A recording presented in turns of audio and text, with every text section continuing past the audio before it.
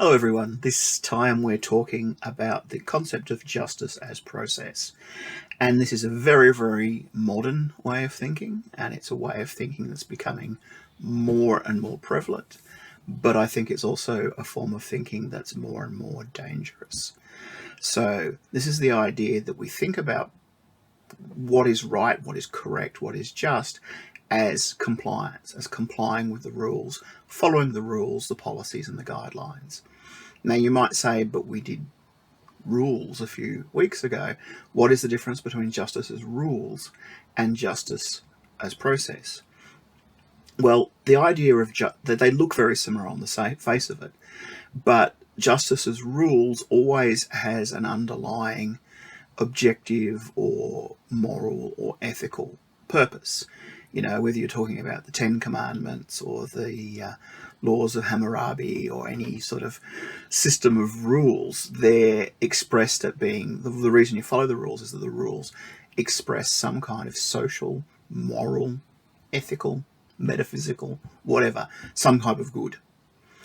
The idea of justice as process is that the following the procedures, following the rules, doing what you're supposed to do is of itself good, regardless of the reason for the rules. Now, this has been a shift that's occurred through the modern era. It's occurred through the rise of bureaucracies. There's an idea that we talk about in one of the readings, and probably the reading for this week actually, about regulatory creep. And the idea that once you give a regulator some power, they start just like grabbing little bits more power around that particular area. They say, well, I could do this, but I'd be more efficient if I just had a little bit more power to do this and do this. And what you see is organizations becoming more and more powerful over time as they sort of convince governments to assign them more and more power. So this is a philosophy of justice as experienced by bureaucrats and regulators. It makes some degree of sense in a modern and complicated society. For instance, when you're driving, there's obviously a very complicated set of different systems that keep the roads reasonably safe as they are at the moment. And you don't want to be morally renegotiating every particular rule. So when there's a speed limit, and this is a 60 area, and we've just gone into an 80, and now we've slowed down to a 60, we don't want to have to morally renegotiate the foundations of those rules every time. What we want to accept is that the rules are there and the whole system works more safely if everyone's following the rules at the same way. So the rules themselves are the justification for obeying the rules. But that isn't always the case. I mean, I know myself, some of the 40 speed limits around schools are often very arbitrary. I know there's a couple around where I live where the 40s are in the geographical zone of the school, but they're not anywhere that any students or parents are actually going to be. They've just measured like what's the diameter radius, and anyone within 100 meters or whatever of the school, the speed drops to a 40 limit at the school drop-off and pick-up times. And yeah, there's one near the Upwey High School near me where pretty much the entire zone is separated from the school by a massive wall, where the school's at the top of this massive wall. So for any students to be anywhere in danger of the 40 zone, they would have to scale down this sort of 20-foot wall to get down to the road where they would actually be in danger. So there are times at which the inflexible application of these rules does seem, I don't know if it's unjust, but it just seems silly or slightly unfair. And if you can hear that noise, if you're wondering what that noise is, my dogs have the zoomers. If you can't hear the noise, fair enough, but there's some zooming going on in the house, and I dare not look. All right. So, yeah, most of the time with these complex bureaucratic systems, it's enough that we all sort of agree to follow the rules, and the rules are justification in themselves. Another area that's interesting to look at, and is something you can look at as a student because you actually have access to it, is the Australian building standards. Ordinarily, I think it costs to access those, but the library will have access to them if you're curious. And they're quite interesting. What width does a step have to be? What do nails? How many nails do you have to use to hammer in to hold up a particular bearing? You can see how much knowledge I have about building and carpentry, but I've looked at these rules and they're fascinating. There is so much of them. There is so many specifications of what has to be. Railings have to be this far apart and not more than this and not less than that. And again, this is a system where the consistency of everyone following the rules has an overall good. And we trust that these rules are provided to provide safer, better buildings. And sometimes it's just to provide a sense of consistency so that if something gets damaged or broken, we can replace it with something that's available, so that people haven't been using their own particular weird measurements for building something, that they're all consistent across the board.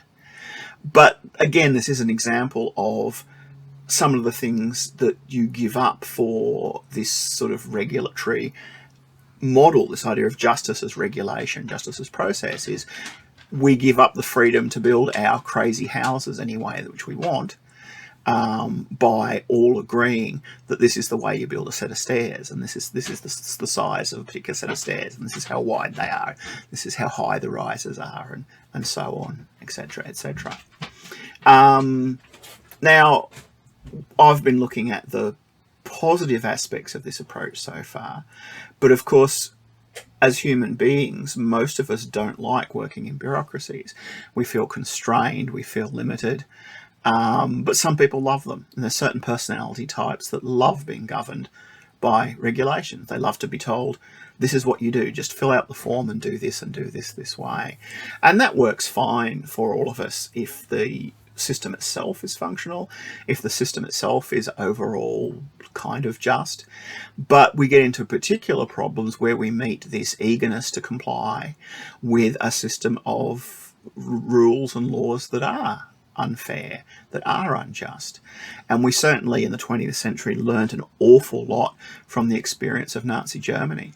And one of the things that the Nazis were particularly successful were turning horrific programs of extermination into a set of regulatory guidelines that, as long as everyone in the system did their little bit and made sure they met their targets, and they made sure that the trains ran on time, and they made sure that this happened and this happened, that you overall had this horrific system of slaughter and genocide that wouldn't have worked if everyone had to agree to it in the first place. We don't think, people who have examined the situation have said that we don't think that if everyone knew the whole of what they were doing and the whole of the output, it would have been quite as successful.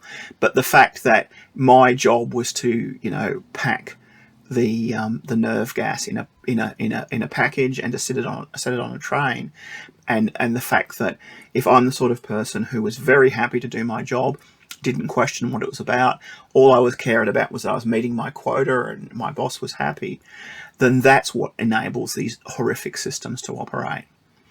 So I know there's that principle that as soon as you use Nazi Germany as an example, you've lost a debate. But I think in this circumstance, it sets a bar that we need to be conscious of. And we also need to be constantly aware of the fact that, the people in Germany in the 30s weren't monsters. This is what Hannah Arendt calls the banality of evil, that it's everyday people who are doing their part in the system, and they're meeting their objectives, and they're following the processes, and they're being compliant, is what enables these things to happen. So the flip side of this idea that complex societies require us to be able to just basically say, for most of the things we do, we don't care whether it's right or wrong. What's important for justice to be done is that we're following the procedures and we're all doing the same thing. Can, if unchecked, end up with terrible consequences at the end of the day. Now, hopefully that's not something we will have to deal with in our professional lives, although there are plenty of quite horrific things, particularly around the incarceration of First Nations people and deaths in custody that are similar examples. I mean, they're not to the extent of a deliberate program of extermination, but there's certainly plenty of examples of neglect and, where there is misuse of power. That's, it's not a fact of someone deliberately doing something, but these terrible things happen because no one takes responsibility, because everyone says, well, my job is to do this, my small part of the procedure is to do this, I did what I had to do, I'm not expected to do any more by the system, so therefore I shouldn't be involved. It's not my business. All of my business is to do this. And that ends up in the situation where, it's my job to lock a person in a cell, not to make sure they survive in that particular cell. Okay, so in the notes, I talk about administrative law, which I'll talk about a little bit now, which is something that law students dread. I don't. Well, I did when I was a law student. I managed to pass administrative law without ever understanding it because of the way it was taught at my law school. But it's actually a fascinating area of law, and it's one where I think non-lawyers need to know about, partially because it's about controlling government action, and partially because most of the remedies don't require you to be a lawyer or hire a lawyer to access. A lot of the remedies you can get access to in administrative law are things you can do by yourself. And I think that's a good thing, and that there should be more justice professionals who know about the admin law processes and know how to activate them when they need to. So what is administrative law? Well, it's the area of law that looks at the power that's exercised by government bureaucracies and looks at the checks on that power. And it's a system of law that evolved out of the courts. There was a thing called judicial review, where you could go to the court and you could challenge decisions that were made by bureaucrats. So, the government gives the dog catcher the power to go out and catch dogs. The dog power goes and catches cats instead. And you can go to court and say, I am challenging this action because it is not the dog catcher does not have that power. The original legislation did not give them that power. So that's what was called judicial review. And that was good for what it was. But it wasn't necessarily all that useful. One, because you had to get a lawyer to do it. So judicial review is extremely expensive compared to other remedies.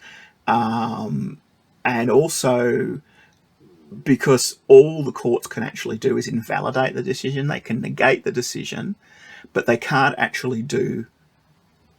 substitute their own decision there. They just had to send it back to the original decision maker. And they say, you made a decision that was unfair, now make it again in a fair way. And all too often what they would do is come to the same conclusion, but they would use different reasoning to back it up.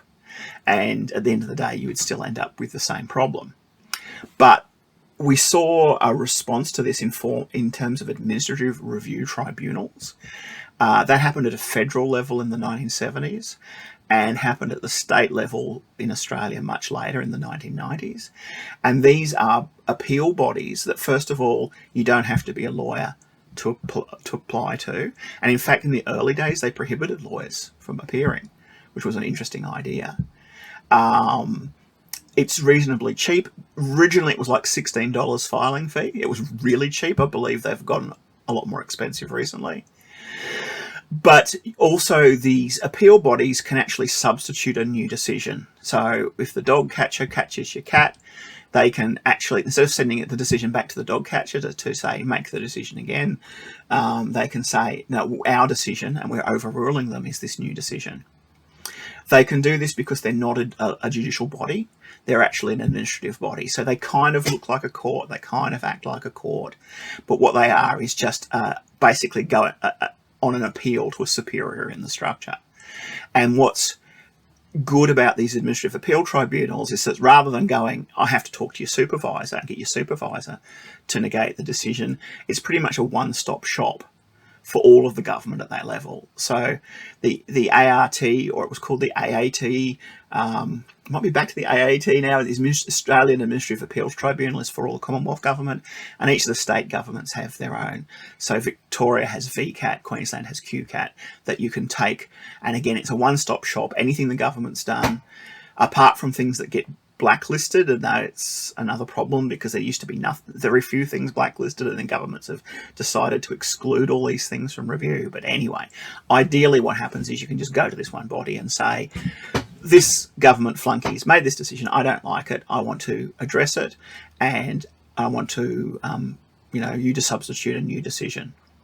And of course, they can decide in favour of the government as well. They can uphold the original decision, or they can make it the one that gives you the remedy that the applicant wants. One of the things I've spoken about in the readings, and it's something to pay close attention to, it's only 2/3 of a page, so it's not that much, are what are the rules of administrative law. Now, originally, the former judicial review that I spoke about was very, very limited, and the grounds at which it could grant an appeal. It had to be one of these rules applied in a very strict way. When they formed these tribunals as a different approach, and you still have both pathways you can go, but when they formed the tribunals, they said they could use any reasoning for their decisions. They weren't limited to these original rules that came out of administrative law. Great, fantastic. What they've tended to do over time is follow those old rules. In practice, they tend to be very persuasive, and they tend to be quite good rules to found your argument, which is why I've given you a list of them. But remember that if you're going to one of those tribunals, these are a good foundation for your argument, but they're not necessarily they're not limited. They can use other reasoning. So the first thing is the ultra vires, or excessive power, and that's really where the powers are not. There's a technicality. So there's been a grant of power to a bureaucracy by government, and they've stepped outside of the power. So that's the dog catcher, cat catcher, dog catcher who's catching cats example. But there can be other aspects of it. Sometimes you get given powers for a particular purpose, and the body then uses the power for a different purpose. The classic is the regulator who's given a power to regulate public safety, and they're actually exercising that power as a fundraising thing because they get the money from the fines. Now that's an example of, if you can prove they're doing that they're actually using the powers for a purpose different from which they were granted, that's a breach of the rules as well. But the other set of rules that's interesting as well is the idea of what was originally called natural justice. We tend to call it procedural fairness more these days. Potato, potato.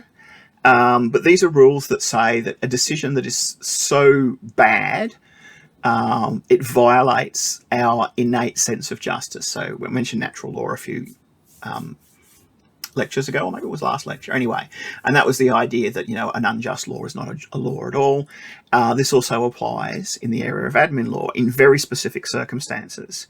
So the first is the situation of bias. So when someone is clearly biased in the exercise of a discretion and making of a decision, that is something that you can appeal on the basis of. The second is if someone isn't given the right to be heard. If a decision is made and there's no respect of that person's right to be heard, that breaches the natural justice rules as well. It doesn't mean they have to follow what you say, but if they don't give you any right at all to be heard, that's just of itself a breach of these rules. And the third is that decisions must be made on the basis of good evidence. So it means fundamentally a decision maker has to give reasons for a decision. They can't just say because I said so, and they have to provide evidence for that. They can't use weird or unsubstantiated reasons to make that decision.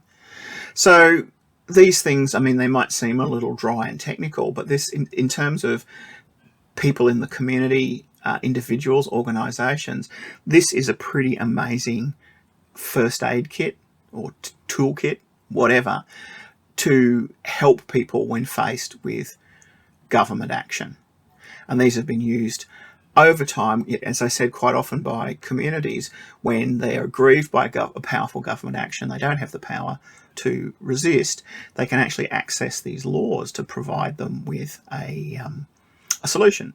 So this is in many ways, when we talk about justice as process, it is tying into that idea of justice as process, but in a good way. Instead of saying we're delegating all responsibility because they ticked all the boxes, therefore they can do anything they want, it's showing the reasons where even when they, well, first of all, we have to look that they did tick all the boxes, and if they haven't done that, they're in trouble. But we've also got these other reasons for saying, well, they can tick all the boxes that they want, but if they're biased, if they're not using good evidence, and they're not giving you the right to be heard, then we can overturn their decision on those bases. I've also mentioned a few supporting things in this section for you to have a look at. Things like freedom of information laws that actually give you the information you need to launch a challenge against the government. That's a very important thing. Privacy laws, right of access to your own private information and prevent it from being publicly disclosed, and to correct things that are incorrect.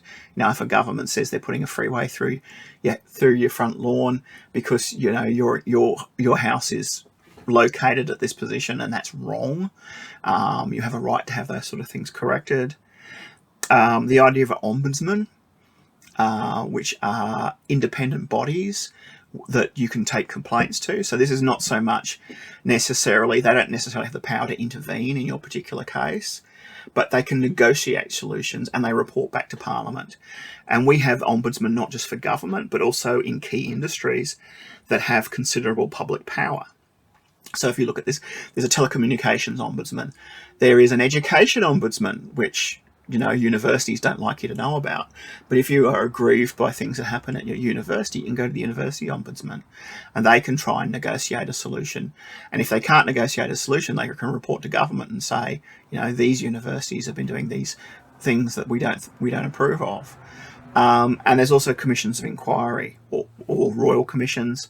Again, royal commissions are Commonwealth level, commissions of inquiry are state level, but they are, again, potato. And they're one-off bodies. They tend to be one-off bodies that are set up to look into a particular situation or issue and report back to government. Now, they don't have power to make decisions or to resolve anything, but they make recommendations. So there's a whole slew of other things that have built up around administrative law. There's different practices and different ideas.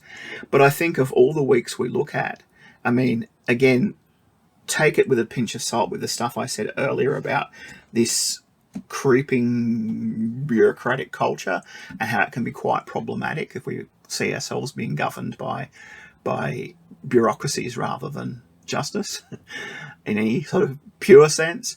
However, we've also already developed a whole set of tools that are there and that are available. And if you're going into the justice professions, these are available to you. These are available to you to challenge the system, to on your own behalf, on an organisation's behalf, on a client's behalf.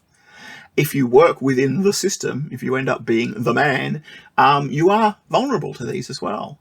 So if you're working in corrections and you make a decision that's clearly biased against someone, you're going to expect that somewhere down the track, someone's going to be able to challenge you on those biased decisions in an ideal world. And one of the big problems, as with any areas of justice that are mediated by law, is that lawyers aren't great at sharing and aren't great at training and informing people out in the field that there's this whole area of law that they have access to that protects them from government that they don't need a lawyer to use. They don't need to pay a lawyer to get involved with. So lawyers tend to be very keen on letting people know about that. And as I said, when I studied admin law, which was a very long time ago, I managed to study all of it without a clue as to what was going on, because we spent all our time talking about prerogative writs and things with Latin names that were never properly explained. So there's lawyers of my generation, I guess, who themselves don't really understand what admin law is all about. But I do think this is an opportunity for everyone to get more informed, and for you guys as future justice professionals, just keep this week's notes filed away somewhere in your professional life if you ever have to refer back to them, because this is stuff that you can do, you have access to, and can be really important down the track.